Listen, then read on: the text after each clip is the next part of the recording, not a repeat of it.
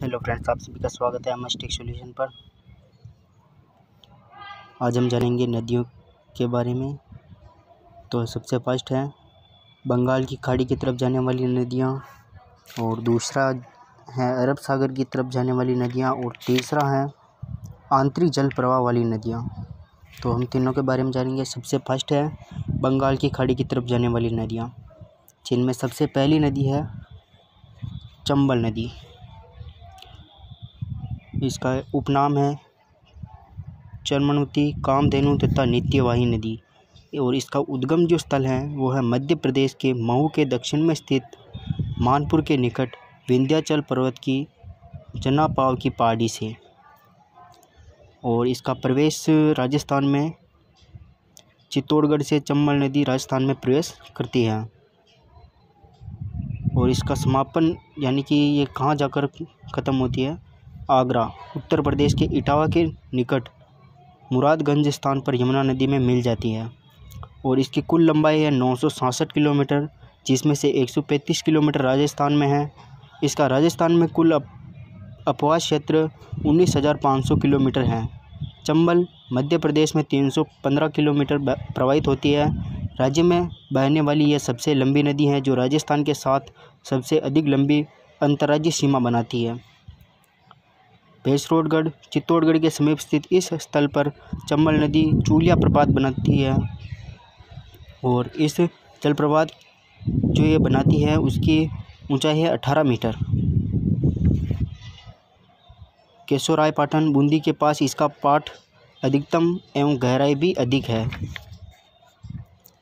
रामेश्वरम सवाई माधोपुर, इस स्थान पर चंबल नदी के बाएं किनारे पर बनास और सीप नदियों का संगम होता है, जो त्रिवेणी संगम कहलाता है। रामेश्वर सवाई माधोपुर में ये त्रिवेणी संगम बनाती है। यह राजस्थान की 12मासी नदी है एवं इससे सर्वाधिक अवनाली का अपर्दन होता है।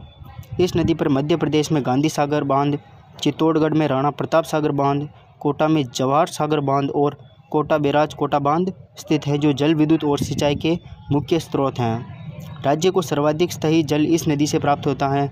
यह चित्तौड़गढ़, कोटा, बूंदी, सवाई माधोपुर, करौली और धौलपुर जिलों में प्रवाहित होती है। और इसकी सहायक नदियां हैं गुजाली, बामनी, ईज नदी, मेज नदी, मांगली नदी, कुन्नू या कुनौर नदी, चाकण नदी। और इसकी अन्य सहायक नदियां हैं बनास, काली सिंध, छोटी काली सिंध, पार्वती, कुराल, परवन, निमाज आदि नदियां इसकी सहायक नदियां हैं। तो गुजाली जो नदी इसकी सहायक हैं, यह कहाँ से निकलती हैं? यह मध्य प्रदेश के जाट गांव के पास से निकलती है।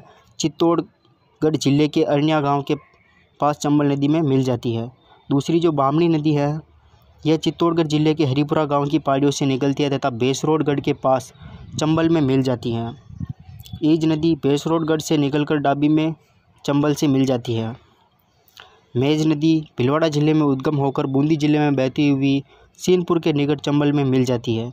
इस नदी से 2 साल में लिफ्ट कैनाल के जरिए जयपुर के रामगढ़ बांध तक पानी लाया जाएगा।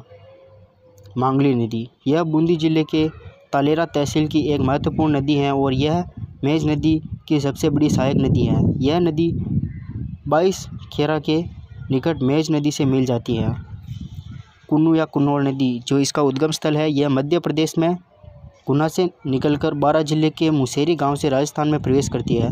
बारा को पार कर पुनः मध्य प्रदेश में बहती है तथा करौली की सीमा पर चंबल से मिल जाती है। चाकण नदी यह बूंदी जिले में कई छोटे छोटे नालों से मिलकर बनी है, जो सवाई माधोपुर के करनपुरा गांव में चंबल से मिल जाती है। नैनवा में इस पर चाकण बांध बना हुआ है। तो दूसरी नदी है बनास नदी। इसका उद्गम स्थल है राजसमंद जिले में कुंभलगढ़ तहसील की अरावली पर्वतमाला की खमनोर की पहाड़ियों से। इसका उद्गम स्थल है बनास नदी राजस्थान के राजसमंद जिले में कुंभलगढ़ तहसील की अरावली पर्वतमाला की खमनोर की पहाड़ियों से निकलती है, और इसकी कुल लंबाई है 480 किलोमीटर। यह राजसमंद, चित्तौड़गढ़, भीलवाड़ा, अजमेर, टोंक तथा सवाई माधोपुर जिलों में बहती हुई सवाई माधोपुर जिले के खंडार तहसील के रामेश्वरम नामक स्थान पर चंबल नदी में मिल जाती है। पूर्ण रूप से राजस्थान में बहने वाली राजस्थान की सबसे लंबी नदी यही हैं। इसके उपनाम हैं वशिष्ठी, वन की आशा या वर्णाशा। वर्णाशा भी इसे कहते हैं, वन की आशा भी इसे ही कहते हैं। और त्रिवेणी संगम ये बिगोद और मांडलगढ़ जो कि जिले भीलवाड़ा में है, बिगोद और मांडलगढ़ के बीच बनास, बेड़च और मैनाल नदियों का संगम होता है, जहाँ ये त्रिवेणी संगम बनता है। खारी टोंक जिले में देवली नामक स्थान पर बनास नदी में खारी नदी मिलती है। इसकी सहायक नदियाँ हैं। और मैनाल नदी भीलवाड़ा जिले के मांडलगढ़ पहाड़ियों से निकलती है। मासी नदी, इसका उद्गम अजमेर जिले के किशनगढ़ के दक्षिण में स्थित सिलोरा पहाड़ियों से हुआ है। जयपुर टोंक जिले में बहती हुई बिशलपुर के पास बनास नदी में मिल जाती है। मोरेल नदी, इस नदी का उद्गम चाकसू जयपुर से होता है। जयपुर व सवाई माधोपुर की सीमा पर बहते हुए खंडार के पास बनास नदी में मिल जाती है। ढूंढ नदी, मोरेल की सहायक नदी, जयपुर के अचरोल से निकलकर दौसा जिले के लालसोट के पास मोरेल नदी में मिल जाती है। बिशलपुर बांध, बनास नदी पर टोंक जिले के टोडाराय सिंह तहसील के बिशलपुर गांव में बिशलपुर बांध का निर्माण विग्रहराज चतुर्थ ने करवाया। बिशलपुर बांध से अजमेर जिले के किशनगढ़, केकड़ी, नसीराबाद, ब्यावर कस्बों, टोंक जिले के उनियारा, देवली, टोंक तथा जयपुर के दूध और जयपुर शहर का पेयजल उपलब्ध करवाया जाता है। पेयजल की दृष्टि से बिशलपुर बांध राजस्थान का सबसे बड़ा बांध है। और इसकी सहायक नदियां हैं कोठारी, खारी, बेड़च, मैनाल, मासी व मोरेल।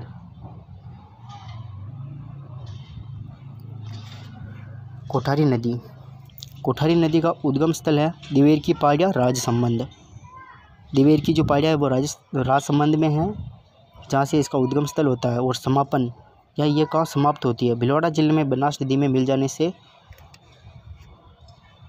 इस पर मेजा बांध बनाकर भीलवाड़ा जिले की पेयजल समस्या का समाधान करने का प्रयास किया गया है। और चौथी है बेड़च नदी, इसका उद्गम स्थल है घोगुंदा की पहाड़ियाँ, उदयपुर।